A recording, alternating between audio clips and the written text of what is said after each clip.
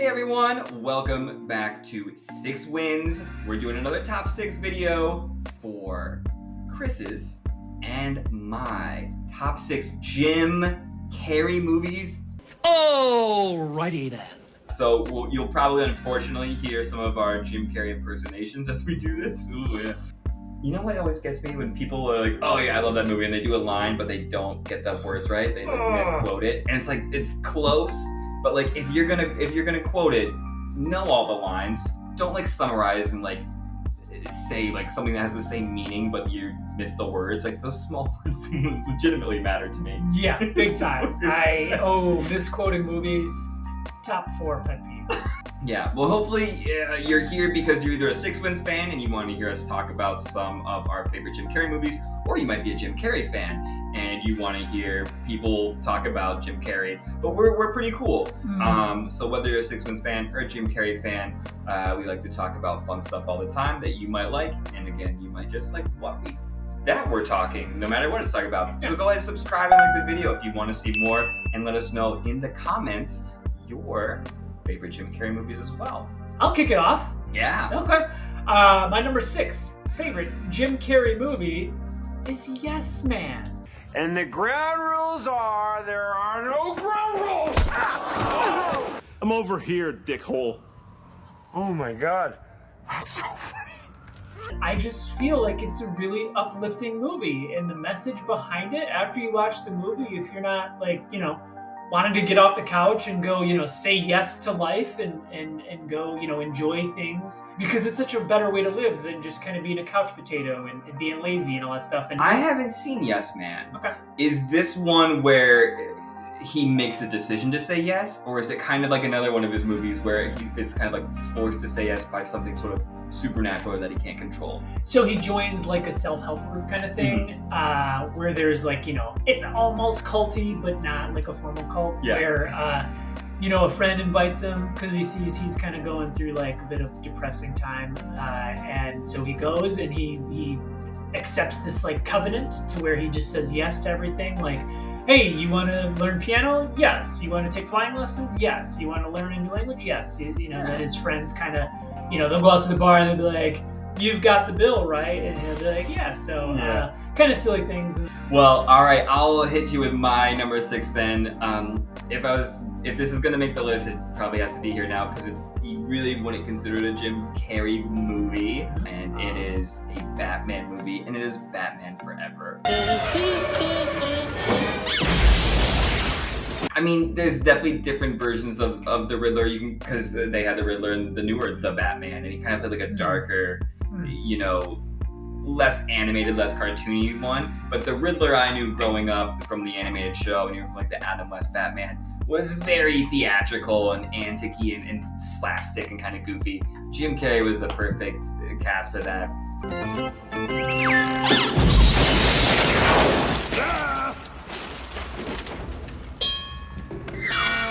And I mean, I was a big superhero fan, so getting to see like one of my favorite comedian actors, Jim Carrey, in a superhero movie, it's not his best performance by any means, but it's kind of like an honorable mention spot. Gotta get him on there. Yeah. Let's move on to number 5. How about I start with number 5? Yeah, I'll take this one off.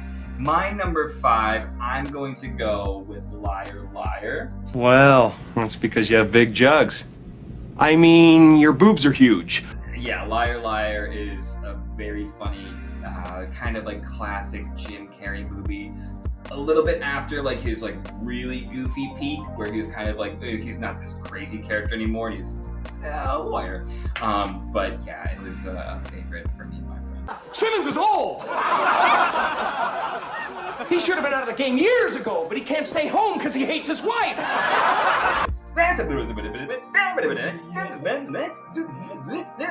Nothing further. You're on. Yes. So good. Okay. Perfect. Yeah, that was my 5. What's your 5? My number 5 is The Grinch. We talk about how he was a perfect fit for the Riddler and Batman. Even more so for me as the Grinch. Hello. Hello. How are you? How are you? How are you? And then just like, the way he like maneuvers his face, he's just so good. Yeah. In that movie. I felt like there's been few movies where the role was just more perfectly suited for an actor than Jim Carrey playing the Grinch. So I will go with my number 4, Cable Guy. The reason why it's not higher, I feel like it ended kind of weird. Like they're like it was good. Like he was such a good, compelling character. And then they're all of a sudden on this like satellite, and they climb up really high. Like it kind of fell apart at the end. But just like the porno password scene, Cable Guy, my number 4 favorite Jim Carrey. Nice. We haven't had any crossover yet. I think we will. And so, you know, if we cross over, you mention one that I have a little bit further down, like higher up, I'll just mention it when it gets to it and move on. So my number 4 is the first Ace Ventura movie. HDS, sir, and how are you this afternoon? Alrighty then. I have a package for you. Ace Ventura is like the iconic Jim Carrey character for me. I hope they don't like do the thing where like let's reboot it, like remake it, and like get Jim Carrey back for it. Like how Indiana Jones finally had like a new movie like 15 years later. Like, and part of me would love if they did it again because it's such a great concept and Jim Carrey was so good in it. But time has passed. I wish there was more than 2, but there's the 2. Yeah. So did they make a third one with somebody else? There's like a kids one where it's like a kid or something. Was it an animated show or a real kid? I think it's a real kid. Oh, I thought so. That's what I was thinking. Yeah, they have like this little kind of pudgy kid playing. Yeah. So that was my number 4. So if we're kind of doing this little S tier, I can do 3. Yeah, do 3. Unless you're worried I'm gonna do 3. You sure? Yeah, absolutely. All right. My number 3. This one might seem a little bit low. I have Dumb and Dumber as my number 3. That sounds good. I'll have that. Dumb and Dumber is maybe it's in this category of like comedy road trip buddy movies. I think it might be the best one. It is maybe the most quotable Jim Carrey movie for me. Yeah. I could do so many lines verbatim, as I'm sure you could. I will spare you. We did a top 6 comedy car scenes, and nothing from Dumb and Dumber got in your list for that one. Right, and it was close. You can't triple stamp a double stamp. You can't triple stamp a double stamp, Lloyd. You can't triple stamp a double stamp. Lloyd, you guys, enough. So you're telling me there's a chance? I feel like that can be used in so many situations, and people say it all the time. Yeah. And I know that's like something people said. Yeah. Without the movie, because it's a common phrase. But like the That's way you say it, you know if you're doing Dumb and Dumber or not. You know what you're referencing. Yeah, that's one. I don't know about you in your circle, but that's one for me that got misquoted so many times that I had to correct people. People, for whatever reason, always thought it was, so you're saying there's a chance. Oh, yeah. And it means the same thing. Yeah, and it I does. shouldn't be such a neurotic douche about it. Comes But up I as always had to tell people, it's not so you're saying, it's so you're telling me there's a chance. Yes. And I've had people be like, no, it's not. And I'm like, watch the movie again. Yeah, oh my gosh. Yeah, I feel like I've heard that one before. I'm just like, yeah. I'm like, haha. It almost ruins it. It makes it worse. Yeah. Because you didn't do it right. You didn't do it right. So, but great. Number 3.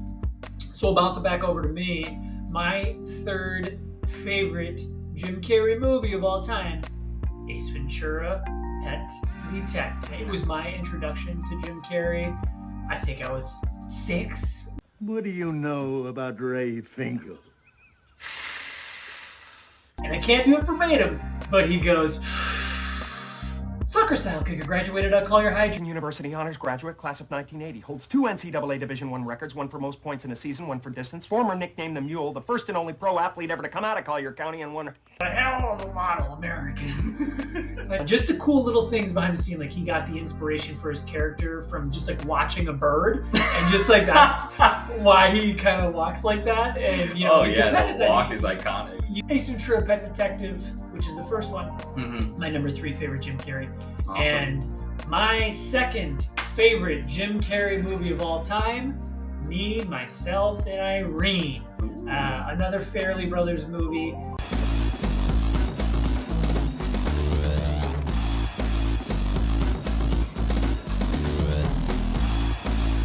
So the premise of the movie, he's this like ultra nice guy that ultimately he just kind of like gets walked on like a doormat before poof his like second personality comes out, because he's got split personality. It just evolves, and some of the stuff in that movie, and I think out of my list it's the only R-rated Jim Carrey movie. Yeah, you have a lot of those anyway. No, so he could kind of go a little above and beyond. Some of the humor is pretty non-PC, especially by today's standards. But then he has 3 kids that are from his wife had an affair with the black guy, and so his kids are black, and just him interacting with them, like watching Richard Pryor specials, and like he goes up to one kid and he's like, "How's my little guy doing?" And he's like, the kid's like, "Struggling. If I don't buckle down, I'm gonna give myself another B+." And Jim Carrey's like, "Whoa, well, that'd be whack." And just like, yeah, that's my number 2 favorite Jim Carrey movie of all time.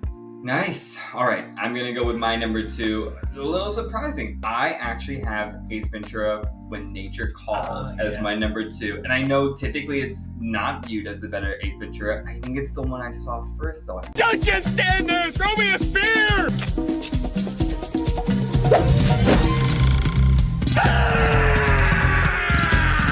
There's the slinky bit. There's him driving the car and bouncing, and he's on like a paved road, I think, actually. And then when he like parks and flips the car, he's like a glove. I don't know why that sounded so funny to me. And when he like spears him in the leg during the fight, and he just like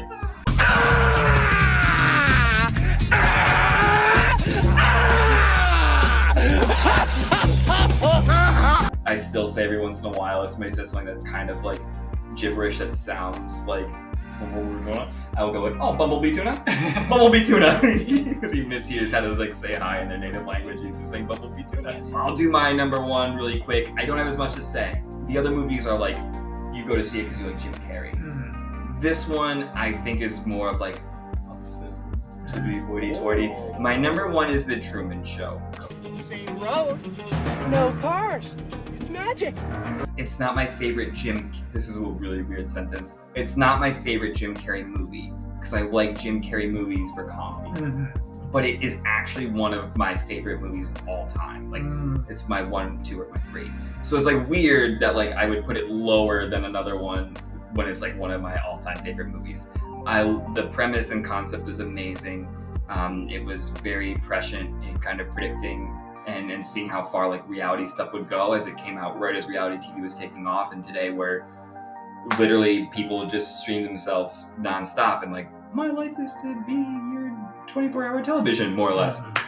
And the performance is really good. It was kind of one of those first, I feel like it was one of the first like Jim Carrey in a serious role movies, like the guy literally, I'm pretty sure said that, and I was like, I don't want to see that.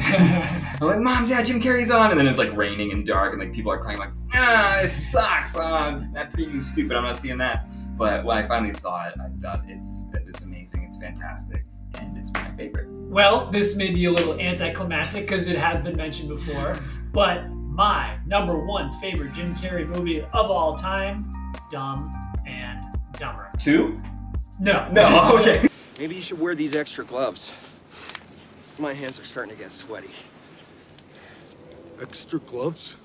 From driving the limo to the airport with Mary Swanson in the back, and he does the, there's really nothing to worry about, Mary. Statistically, they say you're more likely to get killed on the way to the airport. And just bit after bit. And there's one interesting thing about that movie that I actually heard like a day or 2 ago. It's actually the one kind of sort of serious scene in the movie where Harry is like, I'm sick and tired of running from creditors. And then it gets kind of like serious, and Jim Carrey's like, you know what I'm tired of is having to eke my way through life. Sick and tired of being a nobody. Very early on in the movie, yeah. And he made a good point. He's like, that is a really underrated scene, and it's like a really important scene because that's when the audience gets on their side and like starts to root for them because you see them as human. I feel like without that scene, they're just 2 dumb buffoons, and it's like still a good movie, but it's like you're not necessarily on their side as much. Although there are some scenes where like you see the struggle, like they get robbed, and robbed by a little old lady on a motorized car. Didn't even see it coming. Didn't see it coming, yeah. And the scene where it, like, we can't talk about this. It's so hard to talk about this movie because as soon as somebody says one quote, you're like thinking of the next one, and it's a train that it doesn't stop. Harry! Your hands are freezing! Harry, your hands are freezing.